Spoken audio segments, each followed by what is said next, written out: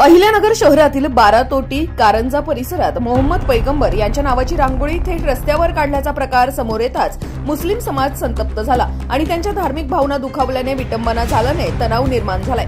त्यातून संतप्त मुस्लिम समाज रस्त्यावर उतरला आणि त्यांनी कोठला परिसरात रस्ता रोको आंदोलन केले। आंदोलनात पोलिसांनी यशस्वी मध्यस्थी केल्यानंतरही मुस्लिम समाजातील काही तरुणांनी रस्त्यावरील काही वाहनांच्या काचा फोडल्या, काही वाहनांचे मोठ्या प्रमाणात नुकसान केले। दरम्यान परिस्थिती नियंत्रणात आणण्यासाठी पोलिसांनी लाठीचार्ज केलाय।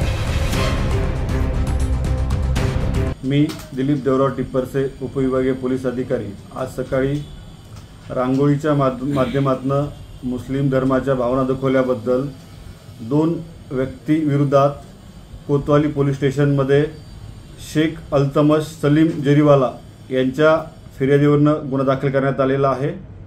त्यातील 1 व्यक्तीला ताब्यात घेण्यात आलेला आहे। पुढील तपास पोलीस करत आहेत। कुणीही अफवावर विश्वास ठेवू नये व सर्वांना शांतता राखण्याचे पोलीस दलातर्फे आम्ही आवाहन करत आहोत। जय हिंद।